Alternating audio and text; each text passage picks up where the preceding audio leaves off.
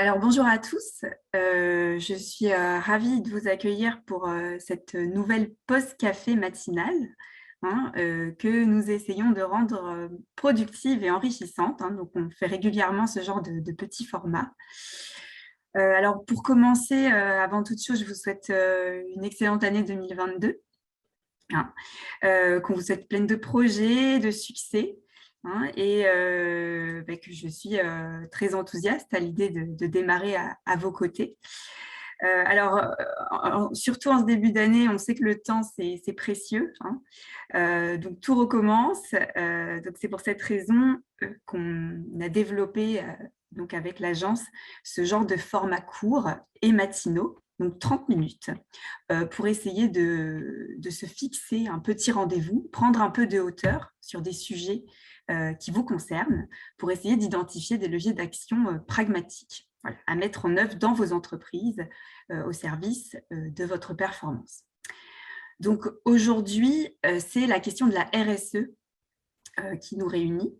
Donc c'est le quatrième webinar que l'on organise sur ce sujet. Donc le premier en 2022. Et en fait, c'est une session de rattrapage d'un dernier webinar qu'on avait fait en décembre l'année passée. Donc, si vous n'avez pas pu assister à celui-ci, c'est une petite session de rattrapage que l'on vous propose. Alors, on devait être deux à vous présenter ce webinar aujourd'hui. Donc malheureusement, Valérie Higuero, qui est donc la dirigeante de l'agence, a contracté le Covid. Donc c'est moi qui me charge de l'animation. Donc je suis consultante en stratégie marketing et je travaille avec Valérie donc sur un certain nombre de sujets, et notamment sur la question de la RSE. Donc, l'agence MBD Open Marketing, c'est une agence de marketing engagée qui essaie de repenser son modèle dans le sens d'une amélioration continue de son impact positif. Donc, nous délivrons des prestations d'accompagnement en marketing stratégique et opérationnel. Et dans notre modèle, on essaie justement vraiment d'autonomiser nos clients par des méthodes originales que l'on conçoit et qui repose sur l'idée d'un transfert de compétences, d'un apprentissage progressif à mesure que nous accompagnons nos clients. Voilà. Alors, on peut peut-être clarifier un point pour démarrer. Donc, on est une agence de marketing. Et effectivement, ça peut paraître étonnant pour une agence de marketing d'aborder la question de la RSE, dans la mesure où ce sont des sujets que l'on a tendance à opposer. Alors, mais il se trouve que la RSE, c'est véritablement au cœur de la stratégie de l'agence. Donc Valérie, la dirigeante, elle fait partie d'un grand nombre de réseaux qui sont sensibles à cette question de la RSE. Et elle cherche vraiment à diffuser ces principes dans l'agence. Donc, ça signifie que nous, on travaille vraiment notre business model dans le sens de cette idée d'impact positif. Comment est-ce qu'on peut arriver à faire en sorte bien de nous aussi correspondre à ces principes de la RSE. Alors, on a une méthode de travail qui est collaborative. Ça fait partie de notre modèle.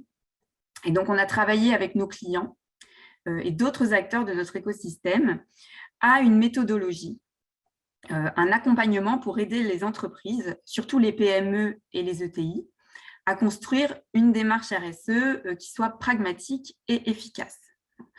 Donc, c'est la méthode Impact Plus, donc, qui est notre approche qu'on a vraiment conçue et adaptée aux PME, que l'on souhaite vous faire découvrir aujourd'hui, et que nous nous sommes appliqués à nous-mêmes pour construire notre propre démarche.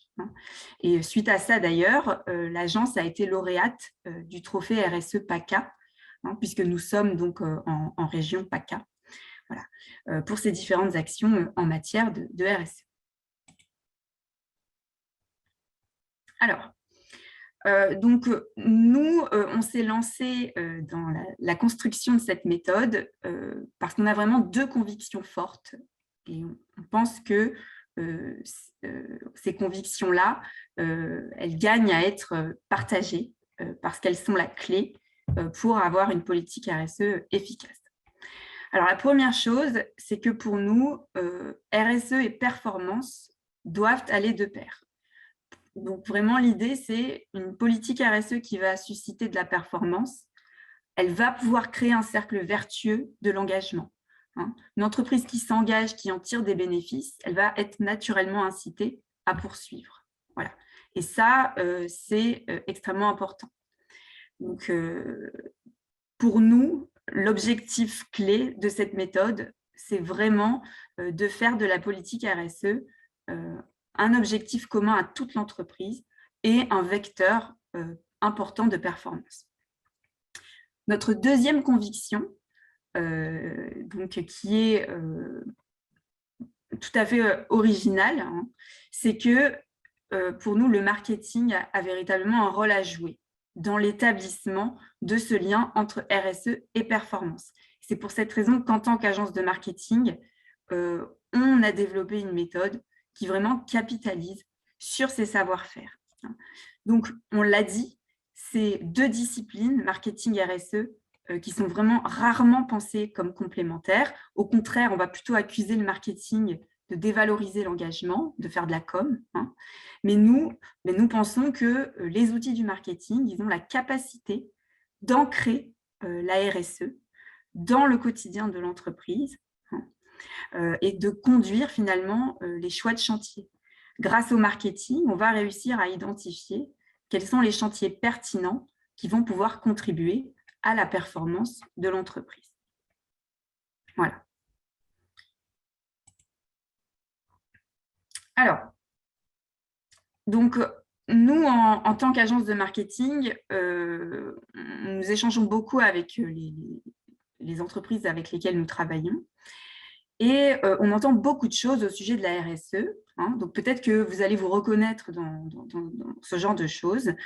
Donc, d'une part, on ressent beaucoup d'engagement de la part des équipes. On a vraiment des entreprises qui veulent y aller, qui veulent s'investir. Mais d'un autre côté, on a aussi beaucoup de frustration.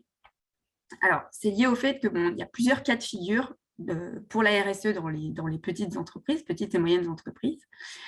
Alors, soit c'est le responsable marketing et communication qui endosse la responsabilité RSE dans l'entreprise.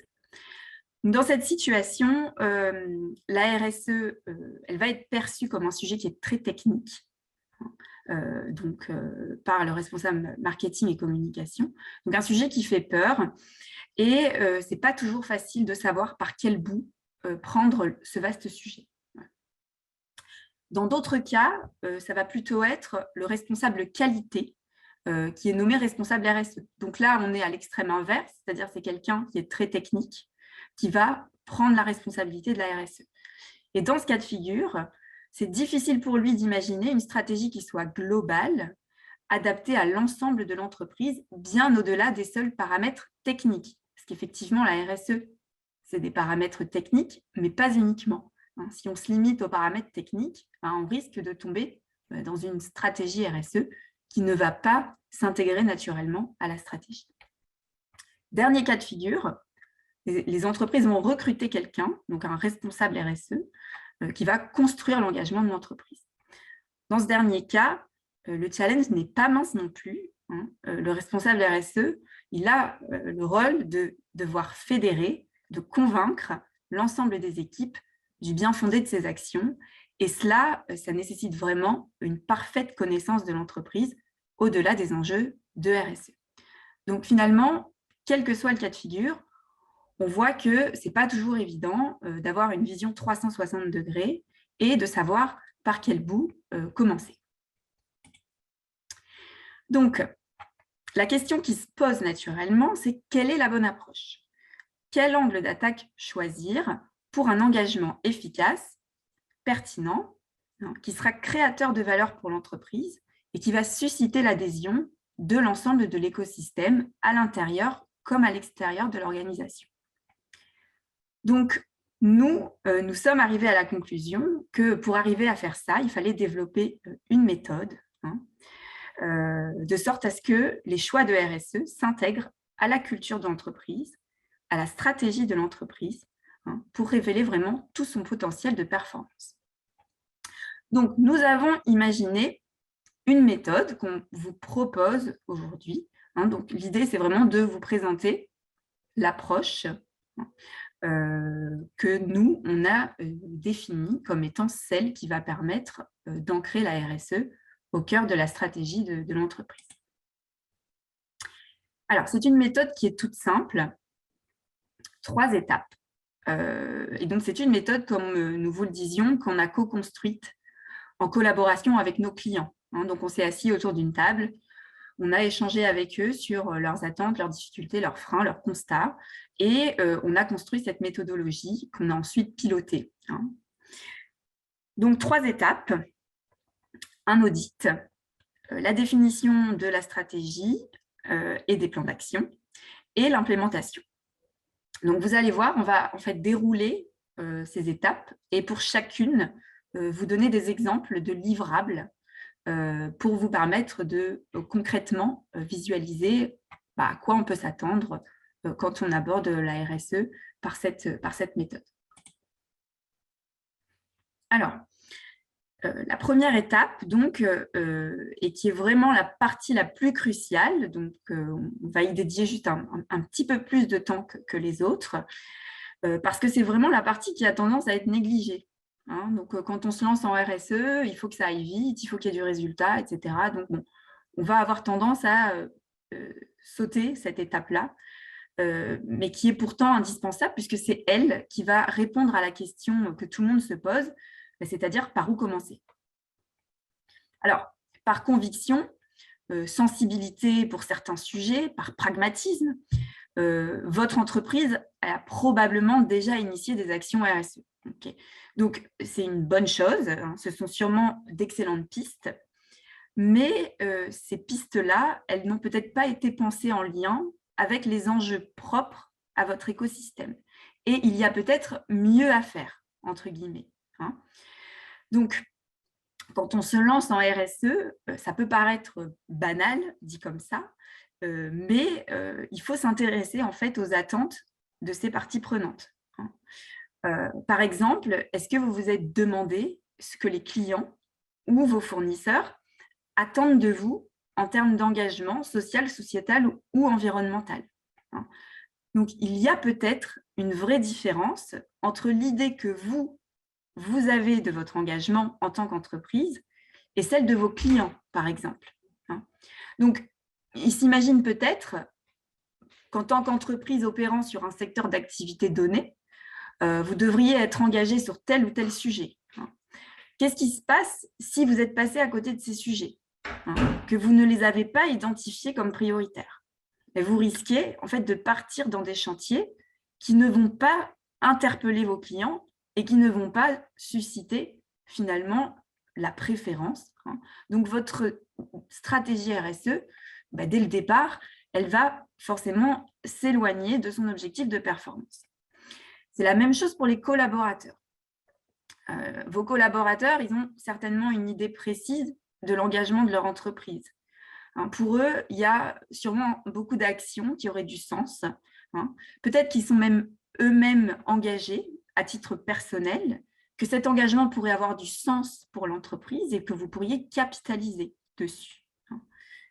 Donc, c'est une autre zone à explorer pour essayer de comprendre les freins, les motivations des collaborateurs pour faire en sorte de construire une stratégie RSE qui va susciter l'adhésion. Dernier pan à explorer, c'est votre marché. Qu'est-ce qui a été mis en place en termes de RSE par les acteurs de votre marché? Comment aborde-t-il la question de la RSE? Avec quels résultats? Et comment est-ce que vous pouvez faire en sorte, finalement, de construire une politique RSE qui soit la vôtre, et c'est-à-dire que tous les acteurs d'un même marché ne fassent pas la même chose. Donc, l'idée, c'est vraiment de réaliser un audit complet de l'ensemble de vos parties prenantes, et pour ça, vous pouvez mobiliser les outils et méthodes du marketing stratégique, comme par exemple les études de marché, les enquêtes qualitatives et quantitatives internes et externes. Donc, ce sont des petits outils qui nécessitent effectivement une préparation, mais qui peuvent être très utiles pour vous permettre d'identifier les enjeux prioritaires à adresser. Donc, nous, la façon dont on procède, c'est qu'une fois qu'on a conduit ces enquêtes, on formalise un bilan en fait très visuel, donc, qui s'appelle une matrice de matérialité. Et ça vous permet de faire le point simplement entre votre perception de l'engagement, l'état actuel de votre démarche et les attentes de votre écosystème. Donc, très simplement, en fait, vous visualisez, est-ce que vous êtes à côté des attentes de votre écosystème ou est-ce que certains chantiers correspondent effectivement à ce qui est attendu? Donc, après une telle analyse, vous avez vraiment tous les éléments en main pour identifier et valider les chantiers à initier, à poursuivre, à réorienter ou à reporter. Donc, vous décidez vraiment avec vos équipes de concentrer vos efforts sur les actions à plus fort potentiel de création de valeur. Et les autres, vous les adresserez plus tard, en fait. Donc, l'avantage de cette méthode, c'est que dès l'amont, grâce à l'audit, vous identifiez et vous intégrez vos parties prenantes à la réflexion. Et vous choisissez les chantiers pertinents sans chercher à vouloir cocher toutes les cases. Nous, on essaie d'avoir une approche assez décomplexée de la RSE au sens où on ne va pas vous dire il faut cocher toutes les cases d'un référentiel d'un coup. Je veux dire, il y a une réalité qui fait que quand on est une PME, on ne peut pas faire ça. Donc, on essaye effectivement d'aborder les chantiers en commençant par les plus pertinents. Voilà, ça, c'est vraiment notre approche. Donc, en procédant de cette manière par un audit, vous créez dès le départ les conditions d'adhésion à votre démarche et vous optimisez les ressources à lui consacrer. Et ça, c'est pragmatique. Ça, c'est ancré dans la réalité terrain. Voilà. Donc, vous savez par où démarrer. Et même si vous écartez certains chantiers, ce n'est pas grave. Il faut l'assumer, il faut le dire, il faut l'expliquer. Et vous pouvez tout à fait expliquer à la suite de l'audit que, au regard des attentes de vos parties prenantes, vous avez décidé d'investir sur tel chantier plutôt qu'un autre. Ça ne veut pas dire que vous laissez tomber les autres, mais ça veut dire que vous construisez progressivement votre engagement.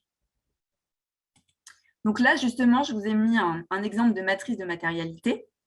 Donc, ça ressemble à ça, en fait. Ça met vraiment les différents chantiers RSE, les différentes thématiques attendues par les parties prenantes, mises en place par les clients. Et l'idée, c'est que l'on fait apparaître donc en haut à droite les chantiers qui sont à la fois pertinents pour l'entreprise et pour les parties prenantes. Et avec ça, eh bien, vous avez vos grands chantiers de RSE sur lesquels, en fait, vous allez pouvoir commencer à construire votre engagement. Donc, une fois que vous avez ces chantiers, justement, la deuxième étape, c'est de construire. Donc, construire et faire évoluer d'abord vos éléments de stratégie marketing. D'accord? Donc, vous allez vous engager dans des actions qui n'étaient pas forcément, finalement, au cœur de vos activités. Donc, quelque part, vous changez un petit peu la mission de votre entreprise. Et donc, l'idée, c'est de faire évoluer vos éléments de stratégie en fonction. Donc, votre positionnement, votre image de marque, l'expression de vos valeurs, votre stratégie de développement doivent refléter, en fait, ces nouveaux chantiers que vous avez identifiés. Donc, ça, c'est une première étape. La deuxième chose à faire ensuite, c'est pour chaque chantier qui ont été identifiés, c'est d'aller définir le cap, donc c'est-à-dire vous donner des grands objectifs à 2 et 5 ans. Au-delà, après, ça commence à devenir un peu trop hypothétique, mais au moins les objectifs à 2 et 5 ans pour chaque chantier RSE que vous avez retenu. Donc, qu'est-ce que ça nécessite? Ça nécessite d'identifier les ressources à disposition, les risques, les potentiels freins à l'exécution et la définition d'actions pour minimiser ou contourner ces risques. Puis ensuite, vous allez construire donc un budget et une roadmap.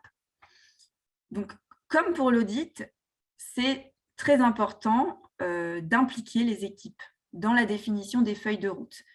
La clé de l'adhésion à une stratégie RSE, c'est la participation des collaborateurs. Parce que sinon, vous allez arriver avec un plan d'action que vous allez leur poser sur le bureau. Ils ne vont pas trop savoir d'où ça sort. Et donc, l'idée, c'est de les faire collaborer à la construction, de sorte vraiment à les engager et à finalement donner un sens à ce qu'ils font en termes de RSE.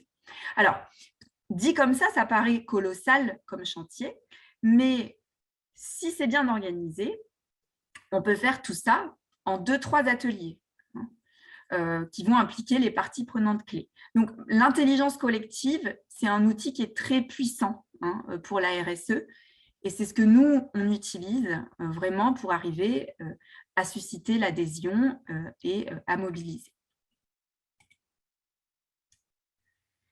Alors, ça, c'est un exemple de plan d'action stratégique d'un client dans lequel, en fait, nous avons naturellement intégré les objectifs liés à la RSE. Donc, l'idée, c'est que vraiment, la RSE, finalement, devienne une partie intégrante de la stratégie de l'entreprise et qu'il n'y ait pas des objectifs dédiés à la RSE dans le plan stratégique, mais que les objectifs stratégiques de l'entreprise, chacun, intègre des éléments de RSE. Vous voyez, donc, c'est un peu différent comme approche. Il faut arriver à infuser les objectifs de RSE dans les grands objectifs stratégiques de l'entreprise. Donc, les clients, ils sont ravis généralement quand ils constatent vraiment qu'il y a la disparition de cet effet silo autour de la question de la RSE, parce que, en fait, finalement, il y a quelque chose d'assez naturel qui se met en place et la RSE devient vraiment partie intégrante de la stratégie et ça évite le fait que les actions de RSE passent au second plan. Donc, une fois que vous avez vos plans d'action, vient le temps de l'implémentation, pour lequel il est important d'aller définir des instances de pilotage. C'est-à-dire que vous pouvez construire un petit comité avec des échéances régulières de suivi.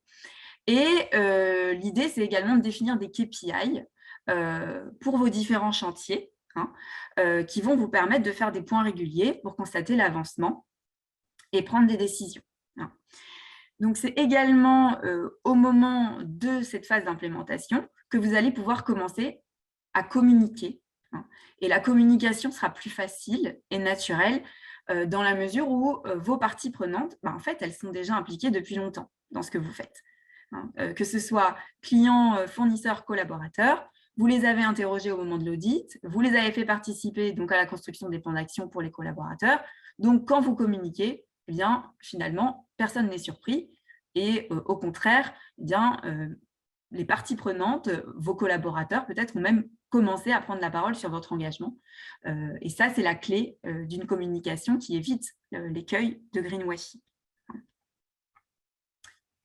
Donc là, je vous ai mis un autre exemple d'un PMO, donc un plan marketing opérationnel que l'on a conçu à la suite de la définition de la stratégie RSE de notre client. Et donc, l'idée à nouveau, c'est comme pour la stratégie, vous avez votre PMO classique, vos actions de marketing, de communication qui sont prévues, et puis vous intégrez des actions qui vont être donc, liées à la RSE. Alors, typiquement, pour ce client qui est une boulangerie, on avait imaginé des actions tout à fait originales, qui étaient parfaitement en ligne avec l'identité et le positionnement de la marque et qui correspondaient aux attentes de leurs parties prenantes. Donc, ici, pour vous donner un exemple précis, on est dans le cadre d'une boulangerie. Donc, c'est un produit du quotidien. Donc, l'idée dans les actions de RSE, ça ne va pas être d'aller s'engager dans des actions trop éloignées de la marque. Alors, vous êtes une boulangerie, on ne va pas vous proposer comme plan d'action d'aller replanter des arbres en Amazonie. Ça n'a aucun sens. L'idée, c'est vraiment de faire des choses cohérentes. Alors, qu'est-ce qu'on peut faire au quotidien en tant que boulangerie pour avoir de l'impact, tout en respectant son positionnement? Eh bien, on a cette première idée d'action, qui est donc l'idée de la baguette suspendue, qui est un concept qui existe donc, dans les cafés et qui permet à un client, quand il achète une baguette, de dire j'en achète une seconde et ensuite, cette baguette-là, elle sera donnée à des associations pour permettre d'aider à des gens dans le besoin. Voyez, donc, ce sont des petites actions qui sont totalement en lien avec le positionnement. Et c'est important parce que si on n'adapte pas les actions à son entreprise, on va finir par avoir des politiques RSE qui sont toutes les mêmes. Je veux dire, là, on est sur le marché de la boulangerie. Oui, tous les acteurs peuvent lutter contre l'anti-gaspi, tous les acteurs, finalement, peuvent aller vers les mêmes chantiers, puisque c'est assez logique, comme on opère sur le même secteur, finalement, on va vite se retrouver sur les mêmes actions. Et bien, ce n'est pas tout à fait vrai. Quand on a une approche plus marketing de la RSE, on peut vraiment aller penser des actions qui vont être vraiment tout à fait adaptées sur mesure pour l'entreprise. Et c'est là qu'on va donner une vraie valeur à son engagement parce qu'on va vraiment le personnaliser.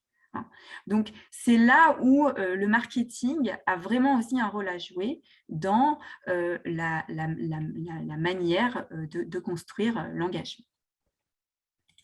Donc, finalement, vous l'avez compris, nous, on est pour une méthode qui place le marketing au cœur. Alors, vous avez peut-être, vous, en interne, un service marketing qui peut vous aider dans l'élaboration de votre politique RSE. Et si ce n'est pas le cas, nous fonctionnons en service marketing externalisé. L'idée étant de mettre à disposition tous les savoir-faire en marketing, que ce soit marketing stratégique, marketing opérationnel, dans les différents aspects, au service de l'engagement RSE. Voilà. Donc, c'est au cœur de notre méthode, c'est vraiment le mélange de ces deux savoir-faire, l'expertise de marketing et l'ingénierie en développement durable, parce qu'il ne faut quand même pas oublier que la RSE, ça reste un sujet qui est quand même technique. Donc, effectivement, il y a besoin donc de gens qui vont amener cet aspect très technique du sujet, mais il y a également besoin du marketing pour vraiment faire le lien entre la stratégie RSE et l'entreprise, l'essence de l'entreprise. Voilà.